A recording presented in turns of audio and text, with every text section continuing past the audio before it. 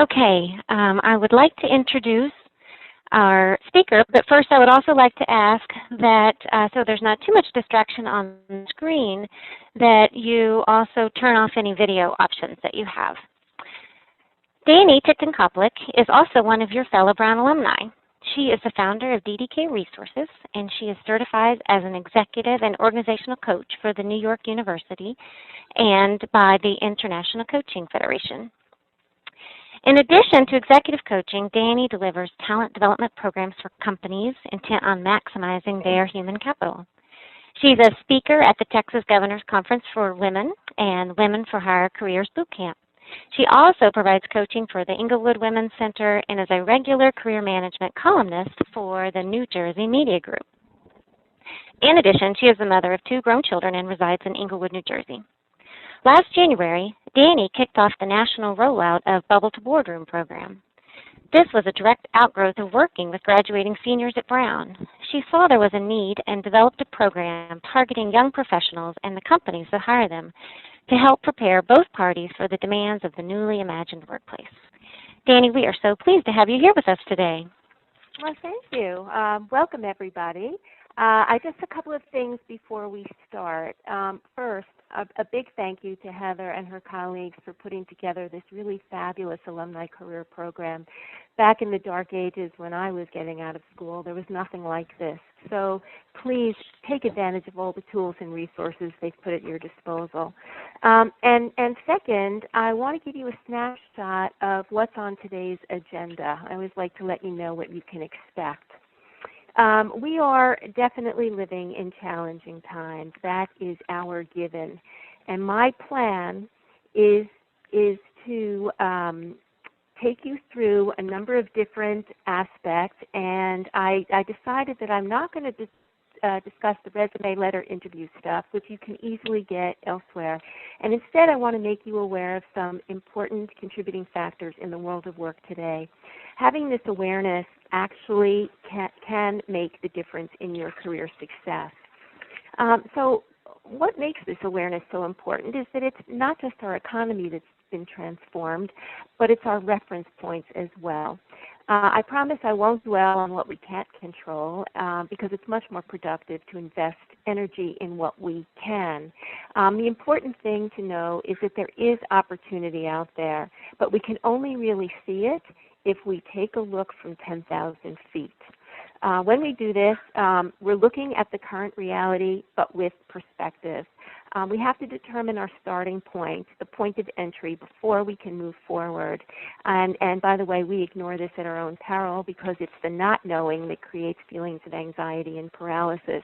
And this is a good construct to use in almost any aspect of your life when you have decisions to make or challenges to weather. Always look at your current reality first. Okay, so after the bird's eye view of what I'm calling the new normal, we'll spend some time on the qualities employers are looking for today and, believe it or not, often not finding. We'll talk about ways to enhance your prospects for success, both as a candidate and as a professional. And by the end, I hope you have a good perspective as well as tools to help you engineer your own transition today. And lastly, this is just sort of a little public service announcement. We have a wide swath of graduation dates on the call, and I have a lot of content to share. So I want to make sure I'm addressing your needs. We have operators standing by, and I encourage you to post questions, and I'll try to get to as many of them as time allows. Okay, so before I tell you what I think, I'm kind of curious as to what you think. We're going to post a poll now to find out what in your mind are the biggest challenges in the world of work today.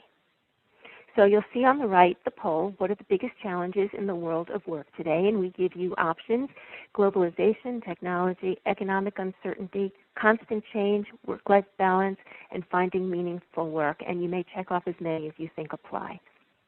So take a moment and do that, and then we'll regroup after. Looks like you're getting a lot of great responses there, Dani. I can't wait to hear. So economic uncertainty is really growing out there. Uh-huh. What else? Finding meaningful work. That's interesting. We added that in as we were talking about this webinar.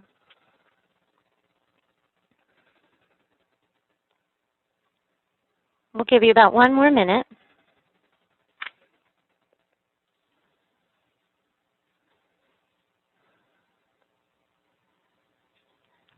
Any last people would like to answer the poll?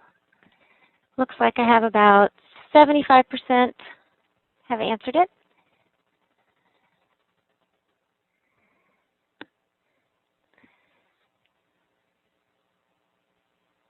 Okay, I'm going to close the poll and so everyone can see the results.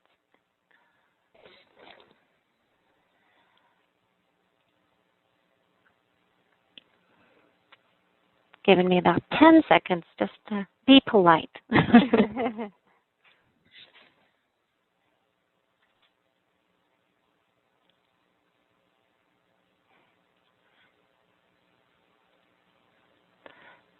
Okay, Dani, what do you think? I'm looking at economic uncertainty and finding meaningful work, and I'm very grateful for those responses, and I think those are definitely huge factors. But this also gives me a lot of room to talk about some other things which are important. And excuse me, I'm hearing some background noise, so if people are not muted, would you mind muting? Thank you. Okay, so yeah, economic uncertainty is our given. Let's talk a little bit about what this current reality is, what this new normal is, and now I'm going to do my zoom up thing. Why am I referring to this current reality as the new normal? Well, the workplace of today looks really different from how it did even a few years ago, and it's never going back. We have a new set point, a new normal. Obviously, there's been pain along the way, but ultimately, in my mind, this shift has been a good thing. We and all our systems are forced to examine what works and recalibrate what doesn't. So to be strong and prevail again, we all have to raise the bar on our collective performance. We know there's a new normal, but what exactly does that look like? So obviously, we're still living with the lingering effects of the Great Recession, or as I refer to it, as that which must not be named. I mean, I think we're all sort of fatigued by Great Recession discussion, so we'll just know it's there. But we do have to accept it as part of our given. So in terms of this new normal, most immediately, what we're looking at is a contracted job market.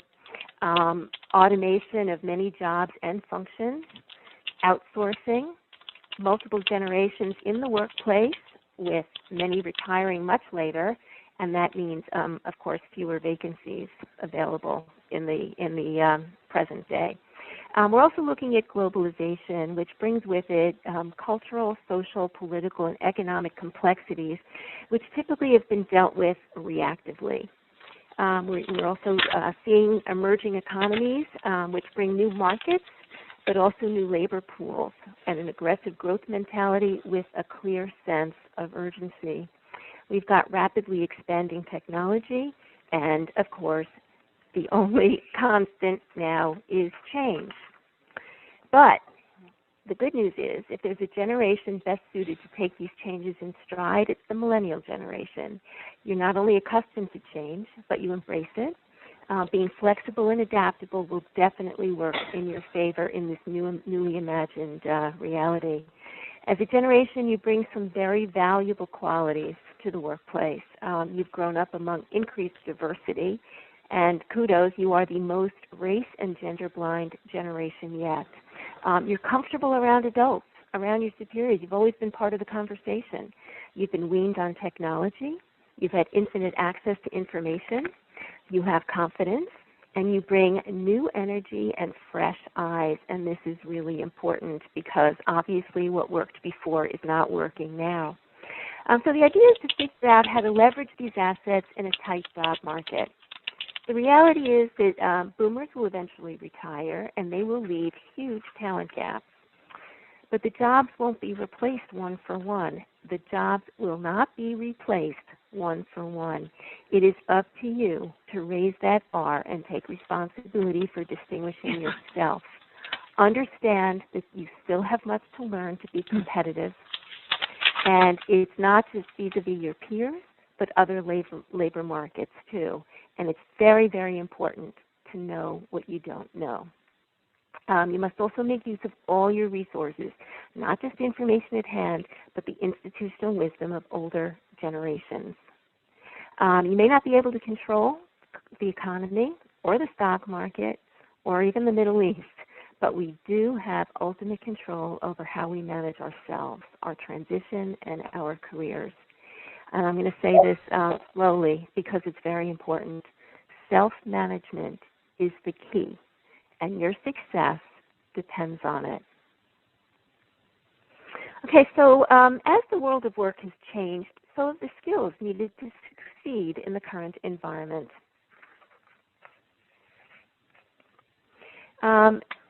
Given what's been said so far, I'm interested in knowing what you all feel are the skills employers want and need today. What are those skills? So we're going to launch a poll right here. I'm curious to know what you think are those skills. Hey, Dani. Sorry, I'm advancing a little quickly for you. I'm going to launch a poll. Good. Okay, people are able to see that, I hope, and I see a lot of comments coming in. Oh, good. Excellent. I can't wait to hear them. It's a lot of great information. Now we have a little bit of background about what's going on in the world of work and sort of an acknowledgement of some of the challenges people are facing. Lots of challenges. So it's about halfway done. Looks like people are giving a lot of thought to this. Take a few more minutes. Just a couple of housekeeping.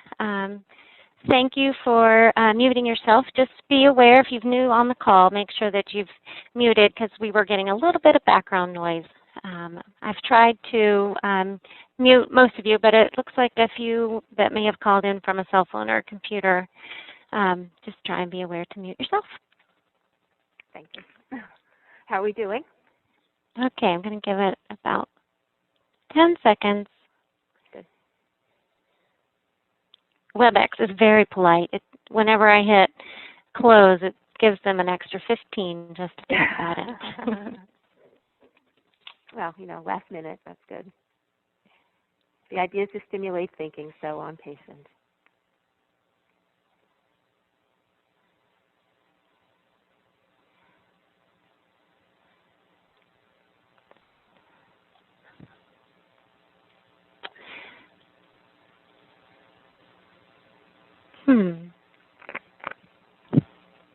Is anybody seeing the poll results? Because I don't see that they've come up No. on my screen. Oh, well, I am not sure about this technical difficulty. I am sorry. Let me see if I can put anything else up.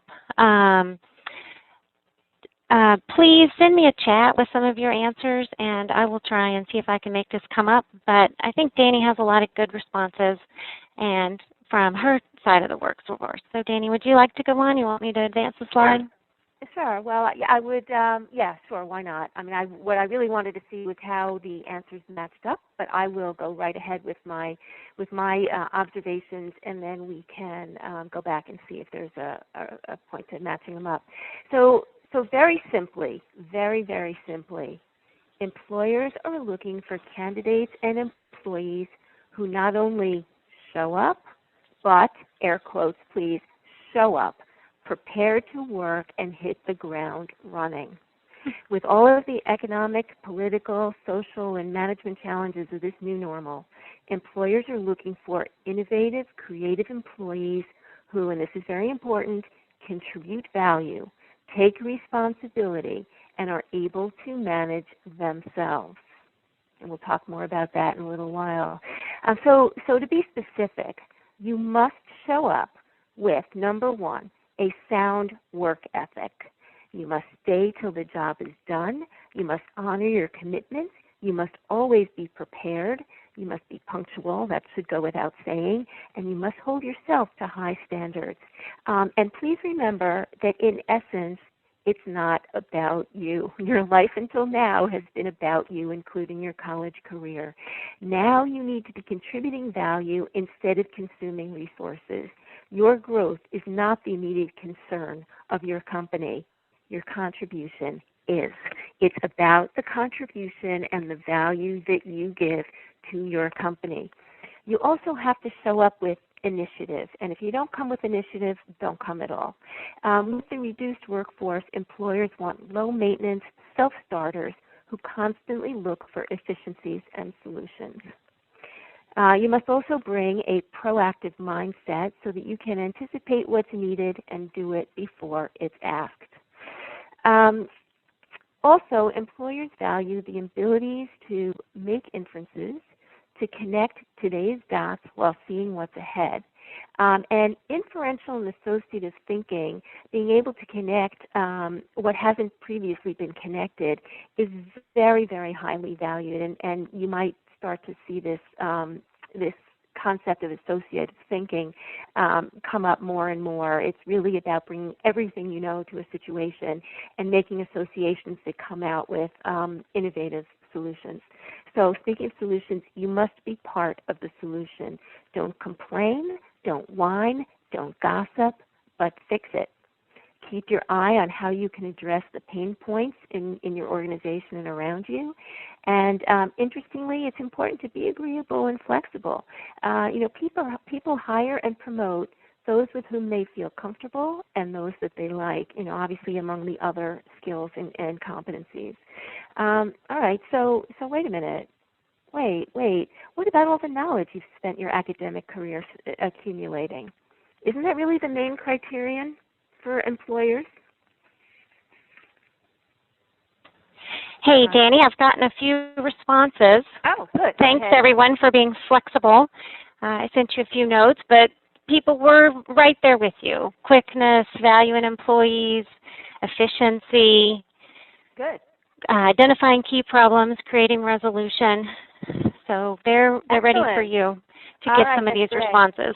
Great. By the way, none of that's coming up on my screen, but I'm glad you told me. That's great. I feel like we're on the same page, which makes my job a whole lot easier. So now I'm going to challenge you to think about something a little bit differently. Again, what about all the knowledge you've spent your academic career accumulating and from the beginning of your work career? Isn't that the main criterion? So, goodbye information age, hello conceptual age. The simple answer to the previous question is no, it's not the main criterion. It's not just about information anymore. It's not about what you know. We can flip the next part on, Heather. Thank you. It's not about how much you know or even what you know. It's about how you apply the knowledge and color outside the lines. Information or knowledge is no longer a restricted domain. Knowledge has become a commodity, and it's presumed that you have it or you know how to get it. There is nothing rarefied when everyone with a smartphone has access to information at their fingertips. But we are living in a complex, interconnected world with complex problems to solve and relationships to manage. So if being knowledgeable is insufficient, what else do we need?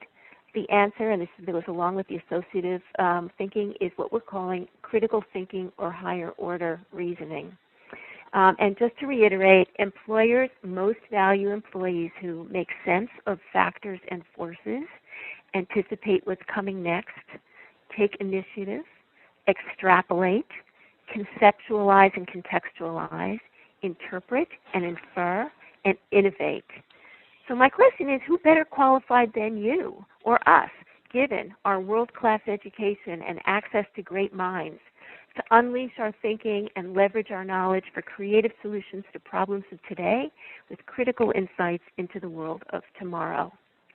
So it is really important to understand that you've learned how to think, and that's now what you need to apply. That is much more important than any discrete knowledge that you may have, unless, of course, you're an engineer or a doctor or something like that. But in any case, we're going on now to talk about how to engineer your personal success. So to make change manageable and transition, whether from the bubble of college to the workplace or from one career to another, represents a big change. So to make that change manageable and allay anxiety, it's helpful to break down the process into smaller steps. So let's see how the conceptual age plays out. To do that, I have divided the transition into 3 stages. There is prepare, perform, and progress. And you'll see how the arrow gets wider as we go up and out. But here's the important thing. These 3 stages are not a beginning, a middle, and an end. Instead, this is a constantly renewing process, and that's the significance of the arrow going back in the other direction. So to establish yourself and remain relevant, compelling, and competitive, you must make this part of your story. You must commit to being lifelong learners, and you must constantly retool. We know that change is constant, so you must be able to manage transitions. And you have to be prepared to flex and adapt. In a changeable world, you have to be able to flex and adapt to the new situations. Your value, I promise, will skyrocket if you do this, but you do it proactively in anticipation of what's coming. And I don't think this has ever been an issue for millennials in terms of technology, especially because, again, you take this in stride. But part of your personal current reality is knowing your strengths while also being savvy enough to identify, anticipate, and then plug any skill gaps. So let's talk about how to prepare. Whether you are in job search or career development mode, the single most important skill is effective communication. This is a whole topic, indeed probably a whole day unto itself, so I'm just going to be brief so we can get to other things. But I think that communication is a tentpole skill. Being able to communicate clearly and concisely is a hallmark of success. And communication takes several forms. It's verbal, it's nonverbal, and now it's electronic. So with the increased number of outlets, you're required to exercise greater responsibility for what you put out. Just understand that what is out there lives forever. I'll get back to that in a moment. So to communicate effectively, the single most important characteristic, regardless of career stage, regardless of industry, regardless of generation, is something I call active listening. You must listen with intent. Most people are so anxious to say what they know that they don't listen to what's being said prior. If you really listen, you will often learn what you need to know. You've got 2 ears and 1 mouth, so use them proportionately. When you speak, it should be succinct and specific, and you need to stay on topic without meandering. Time is at a premium, and it is the most perishable commodity, so we must respect time all the time. You also want to avoid any social media vernacular. It used to be called AOL speak, but we've gone beyond that. You must speak and write in complete sentences with no abbreviations, full King's English type language. You must be clear and declarative, and as I say it, if someone asks you the time, don't tell them how to make a watch. They've asked you the time, tell them the time. And again, as I said, it's very important to understand that everything lives forever now. Be extremely mindful when you write, email, or post. And a great rule of thumb is if you don't want something read over Times Square, don't write, email, or post it. And in regard to social media, if you're in job search mode, I'd like you to understand that employers are increasingly looking to social media to vet candidates. You don't want to give them a reason to disqualify you. Recruiters and employers are inundated with resumes all the time, all day long, and they're not necessarily looking for reasons to include, they're looking for reasons to exclude. So please make sure that you have sanitized all of your social media and that you're very judicious about how you use it. And another part of being able to communicate effectively is being able to speak clearly about your accomplishments, particularly if there's a metric involved. And we'll talk about that again in a little while under personal branding. And I imagine everyone understands what nonverbal communication refers to. It's body language, it's attire, it's facial expressions, it's comportment, it's how you occupy personal space. I'm not going to go into all of this, but just in terms of attire, which is a very frequent question when you're going on interviews or showing up at work. dress according to the corporate culture that you're entering and for the job you want, not the job that you have. And please, please pay attention to grooming. Believe it or not, nonverbal impressions are more important in many ways than verbal ones for that first impression. So please give it the attention that it deserves. It's also critical to understand, and I said this a little bit before, the corporate culture. In public relations, they call it knowing your audience. In marketing and sales, they call it knowing your customer. And for employees, it's how you know and understand a company's mission and vision. This is not a big secret. It's on the company's website. Pay attention to it. Understand it, know what the objectives are. And while you're in place, observe the folkways, the vernacular, and the tactics around you so you can align with the norm. I don't mean you have to be conforming, you don't have to wear a uniform, but you have to know what's expected in that situation. And if you're in job search or job change mode, it's really important to get a beat on a prospective employer's culture to make sure you and it are a good fit. I've heard various stories about how this is done in the corporate world, and I know that sometimes people are taken out to a meal or taken out to play golf or some other thing to see how they're going to fit, to see how the candidate will fit into the culture. So arm yourself with that knowledge ahead of time.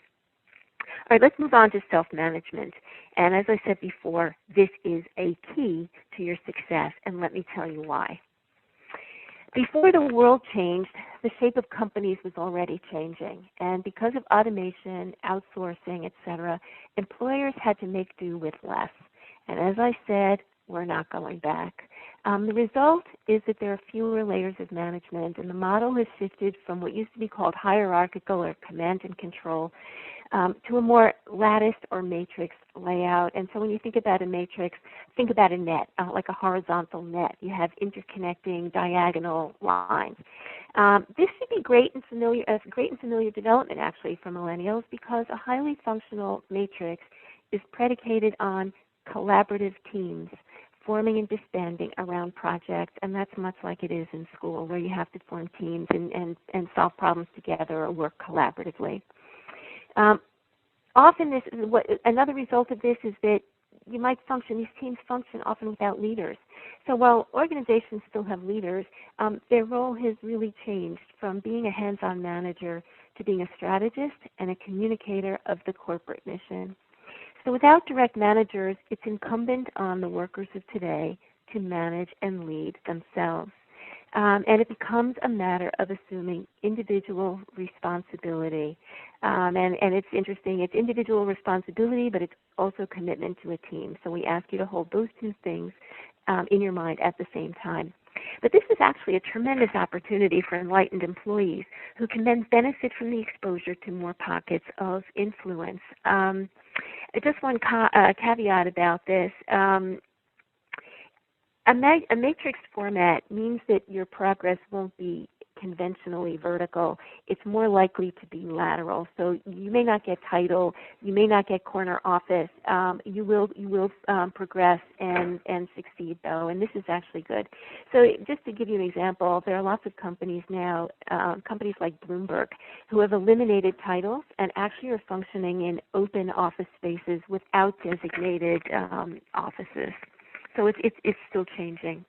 But in general, exquisite preparation, whether for an interview, a meeting, or even a performance review, will boost your confidence, reduce redundancy in your work, identify gaps, and afford options. To use a carpenter's expression, I'm going to say, measure twice, cut once.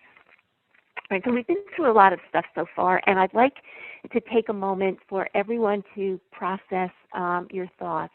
We're going to launch another poll here so that people can capture their thoughts, and this will be a good time to really think if there are things that you need clarification on. So the poll question now is, what are the greatest strengths you'll bring to your prospective or current employer? I want to hear from you. What strengths are you going to bring? And we have cultural sensitivity, we have communication skills, we have creativity, we have initiative, attention to detail, organization, technological ability, people skills, quantitative skills, and other. So feel free to check off as many as you need to.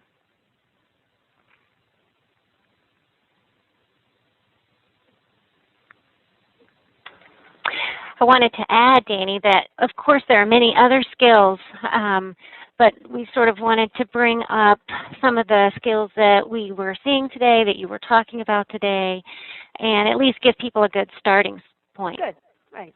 Fine. That's great. I'm sure everybody has their own unique contribution to make, so let's see what you have to say. And none of these, by the way, are hard and fast. I mean, these are things that are, in general, are valued, and there may be some combination that works for one industry versus another, one job versus another. So wish me luck, everybody. Oh, there we go. You guys Full are result. listening. This is cool. Very good. Communication skills, people skills, and initiative are the big winners, and that is excellent. That is excellent. You guys are right on target. Really wonderful results here. Yes, communication skills, as I said, people skills. And here's an interesting tidbit. For anybody who's interested in doing some reading on this, there's a book called Emotional Intelligence by a man named Daniel Goleman, and he is the grandfather of emotional intelligence, and he actually proposes that emotional intelligence, or EQ as it's called, is a greater predictor of success than IQ. So there you have it. And a recent article in the paper, I think just yesterday or the day before, was talking about how our brains indeed are plastic and that we can improve our IQ. So that's not fixed, and the people skills are very, very important. So great. And what I'd like to do now, though, is to take a pause and get some other sort of verbal responses from our listeners, find out if they have any questions. I'd like some feedback here. Is there anything I need to clarify before we need to move on? Anything I need to address? So please. Dani, I did get one question. Good. Someone asked, how do you collaborate and lead yourself at the same time while respecting corporate culture of, listening first? So sort of bringing all the attributes together. Okay, well, leading yourself really means bringing your best self to the task and bringing all those other skills like cultural sensitivity and being able to listen. That's what we mean by self-management and leading yourself. It means that no one is telling you to do it. It means that you are figuring it out for yourself. So you bring all that to a collaborative environment, and the more generous you can be in that collaborative environment, the better off you'll be. It's not leadership in a traditional sense. It's being able to take responsibility for yourself. In the old command and control, power was dissipated intentionally. I'll talk about this in a little while, but it was dissipated intentionally so that nobody would have too much and nobody could screw up too much.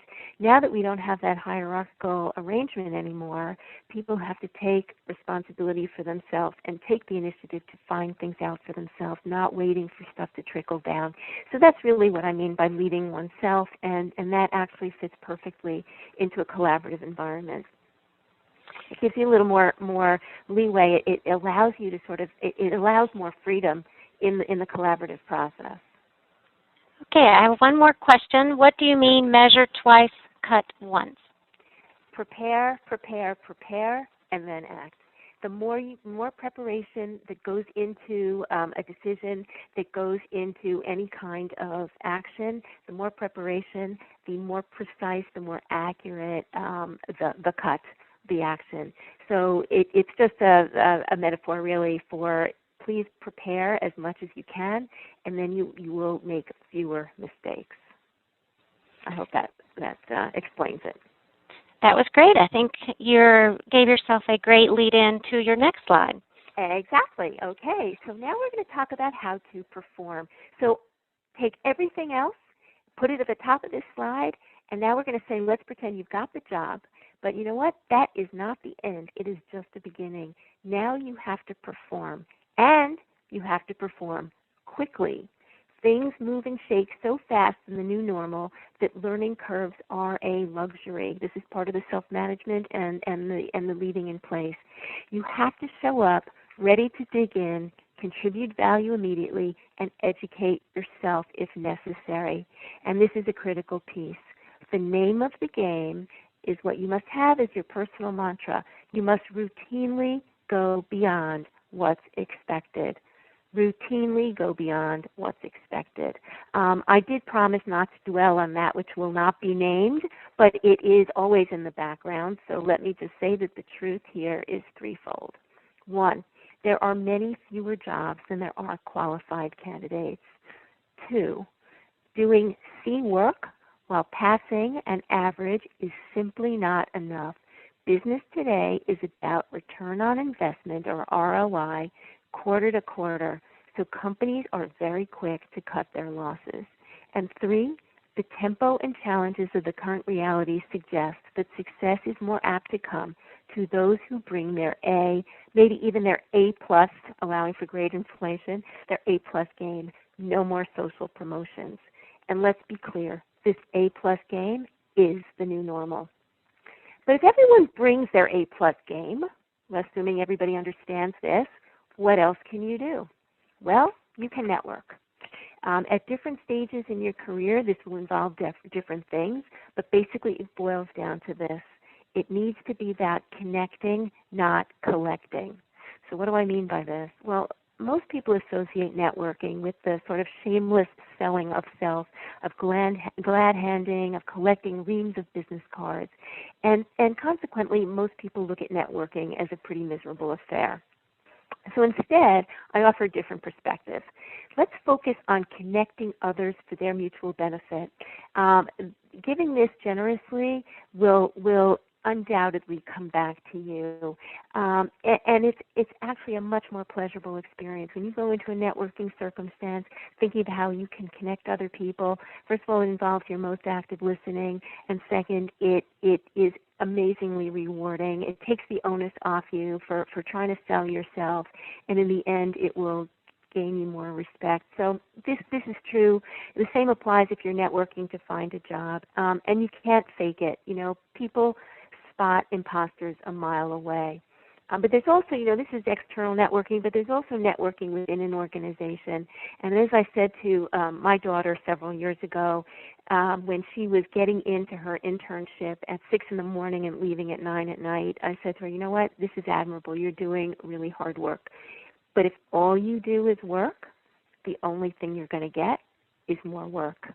And I know that seems like maybe it's contradictory to what I said about bringing your A game and bringing initiative and staying till the job is done. That all goes without saying.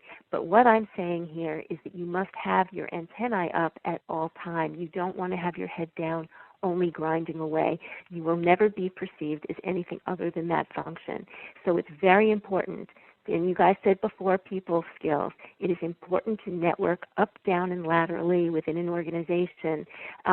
It creates a more pleasant work situation, but it also gives you access to information you wouldn't ordinarily have, and it gives you exposure to more people within the organization, and it starts to give you some political juice.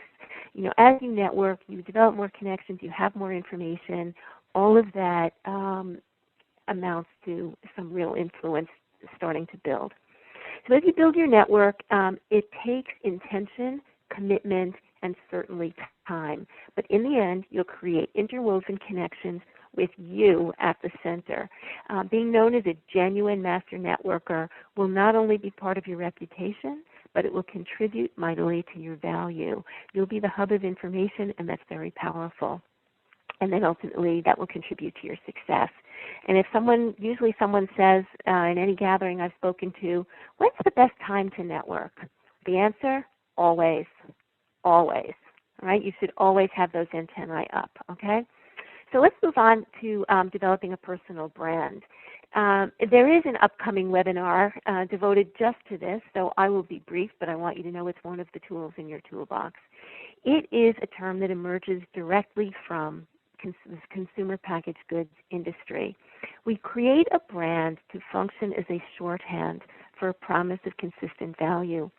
And an established personal brand communicates a host of valuable qualities with just a mention of your name. But for sustained value, though, it's not enough to promise. You actually have to deliver on it every time.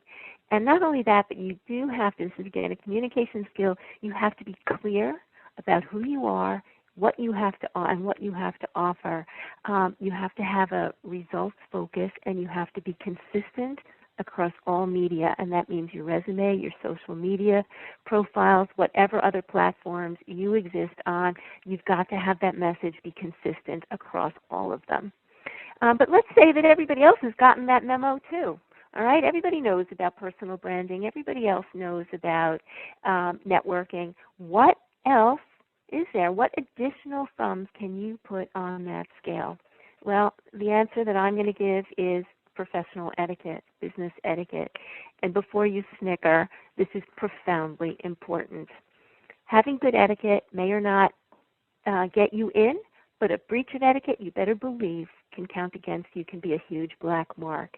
At best, you just look bad. At worst, you make someone else look bad. But at worst, the worst, is you can sour a deal, you can turn off a customer, you can compromise a colleague, and you can undermine your credibility.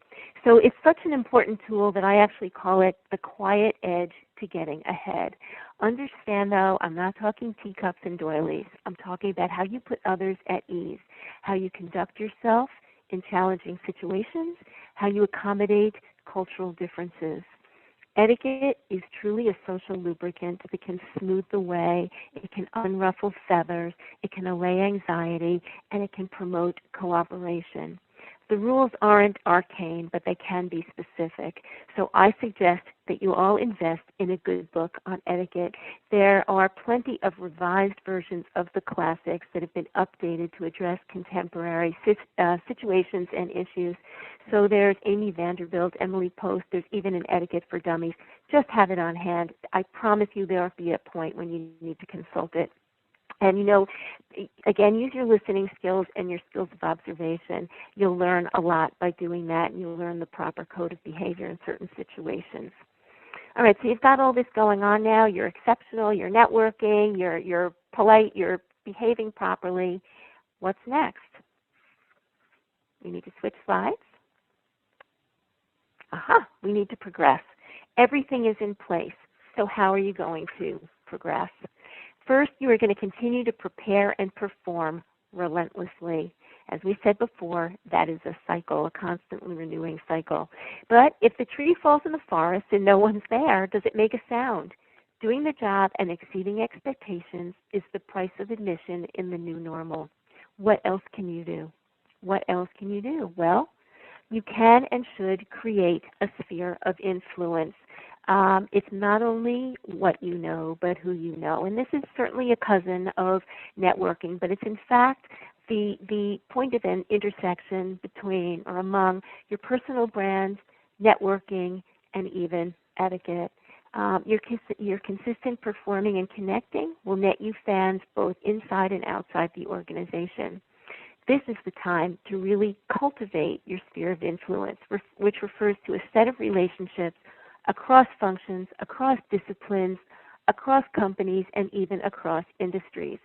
These are people who can get things done.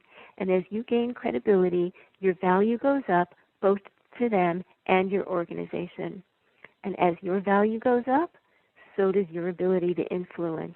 And influence simply is the currency of business. It doesn't mean having 700 friends on Facebook. It means investing in relationships, not just connections, and that will involve a lot of face-to-face interactions. This will enable you ultimately to set the agenda, to impact decisions, to make deals, and have a say. This is a far cry from entry level, from just preparing. This is where you really progress and start to add real gravitas to your career.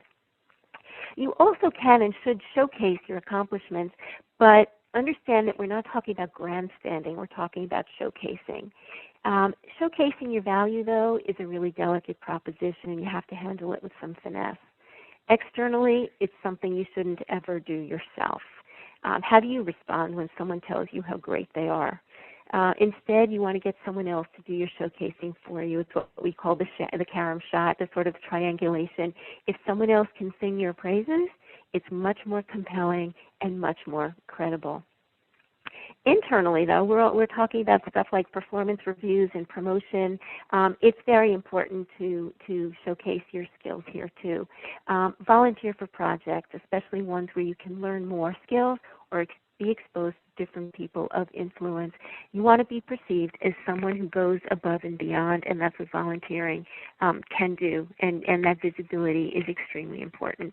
You want to keep records of your demonstrated and measurable accomplishments. Remember the metric, the ROI, the return on investment, is critical. Your perceived value is all about the return you give to your employer. Keep a file of congratulatory or complimentary comments, letters, and emails. This can always be deployed when you go into a performance review, and this will help you in your quest to progress. Okay, so in order to put it all together, we've got to do everything that came before. We've got to showcase our value, leading in place, I think I talked about before, and now we are going to see what this equation looks like. Okay, we've got a new math for the new normal. There was a time when doing your job was enough. Employees were loyal lifers, and organizations were paternalistic. They took care of their own. And companies had regimented structures. They dictated how and how fast people could progress. The system was designed, as I said before, to contain error and titrate power. But times have changed, and we're clearly living in a new world order. So this new world order, this new math, has a very simple equation. You start with your current reality. What is your starting point? Where are you now? You go up to that 10,000 feet and you look down. What is that current reality? Okay, so then you prepare, and you prepare with a new mindset, with tools, with learning, with your relationships, and all else that we discussed. And then you have to perform beyond expectations. You have to return value. And then when you progress, your progress is based on a strong track record, your social intelligence, and your vision. And when you combine all of those, you will be well on your way to career success. Great. Okay, so that's the equation, right? That's it? Not so fast. You're not done. You have to commit to some actions based on these takeaways, or what you've learned will go away. New behaviors, new ideas only take root through commitment and repetition. So let's talk about some homework. Take a moment and capture 2 to 3 things, and they can be really small, that you will commit to doing to advance your career today. An idea without action is merely a dream. So there truly is a ton of opportunity out there, but today's business world waits for no one. You've got to get a handle on this now. So please take 2 to 3 minutes. Take some time and jot down 2 to 3 things that you will commit to today. I'm going to give you a couple of minutes to do that, and then I think we are going to open it up to some questions. Okay, Dani, I've had a couple of great questions come in. Good. So while people are thinking, Okay. One question that came in was, they were wondering if assertiveness today has replaced self-promotion. What's your thoughts on that? If assertiveness has replaced self-promotion, they're sort of 2 different things. I see assertiveness as sort of an advocacy, and not just assertiveness about yourself, but assertiveness about your ideas.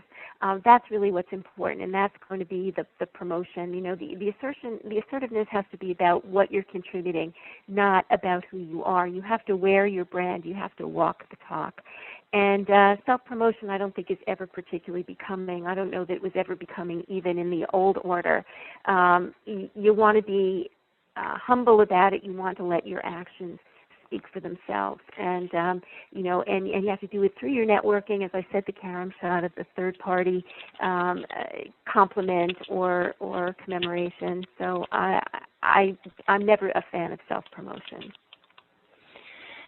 Another question was, What other resources would you recommend to gain further insight into the current world of work, transition process for millennials? There are lots, and if you Google millennials, there are tons of blogs out there. My cautionary tale about a lot of the blogs is that they're written by millennials, and so it will only give you that perspective. And while that's important, that's not the 10,000-foot view. That's 1 foot in front of you. That's right in front of your nose. So, you can always, I am happy to take any questions. If you have a specific question about something, email me, put out a tweet, do something, and I will be happy to respond and direct you to specific resources. I mean, all that said, as much as I don't like self-promotion, I'm going to do it right now. There may be some of you on the call who attended the Bubble to Boardroom program last June and last January, because we did put the word out through Brown. But this is a resource for new hires, for graduating seniors, for recent grads, for emerging professionals to come and learn about the world of work, to learn how to deploy what you've got, to learn what's needed. So, you can always Google this stuff. As I said, there are tons of blogs out there, and there are books as well. But if you need a specific direction, email me, and I'll be happy to give it to you. What else? Great. I just want to say that a couple of millennial resources have come in through the webinar, and we can try and compile some of those as well in our office. Good. One last question was just, besides self-communication skills, I had a couple of international people on the call saying, we're working hard on that. What else would you say would be the top skill to work on? Well, this has been something in the international community for internationals working here. There are cultural differences, and communication is one thing, but the other is to really try to observe the culture within which you're working and try to absorb that. I mean, I know that there have been problems with Pacific Rim and Far Eastern workers in the U.S. who are not particularly it's not culturally acceptable to have that personal brand, to assert yourself and assert your ideas, and that's a cultural difference that needs to be paid attention to. So for internationals working here, not only do you work on your communication skills, how you express yourself, but pay attention to understanding how you can get heard, and that's different from what you're saying. You want to be heard, and that involves playing the same way as your colleagues. So pay attention to those kinds of corporate culture norms, and I think that'll be a big help. Dani, you've given us a lot of excellent information today. There are a few more questions which I will try and copy down. We are running short on time, so I want to be aware of that. Just know that you can contact the Career Services at Brown Alumni Relations with questions. You can contact Dani. Just to let you know, there are other tools available for you to help with this process. We have a set of tools called the Career Navigator, which has things about assessment. There's a Focus, which is an online tool, plus we have our coaching program. There's a research component that's called Career Search, which provides lots of great information. Of course, we have our Brown Alumni Job Board, which always has over 300 jobs, and it has a lot of great tools. You can set up search agents so that you automatically get emails about jobs that are of interest to you. And lastly, we have our great networks. We have BrewNet, which is set up just for Brown alumni, and we have lots of LinkedIn groups that are all related to different Brown interests. So we encourage you to check out all those different resources for you, and to know that we are listening to what you're saying, and we have more webinars to come. Next month, we have Megan Fitzgerald talking about personal branding online and leveraging online networks. So a few of you who asked questions about social media, please check in for that webinar. And following, we have Shell Miller, who's going to do more on the assessment and identifying your skills. Dani, thank you so much for today. I really appreciate it. Thank you to all the participants who sat through, and we look forward to continuing this series. Thank you, everybody. Goodbye.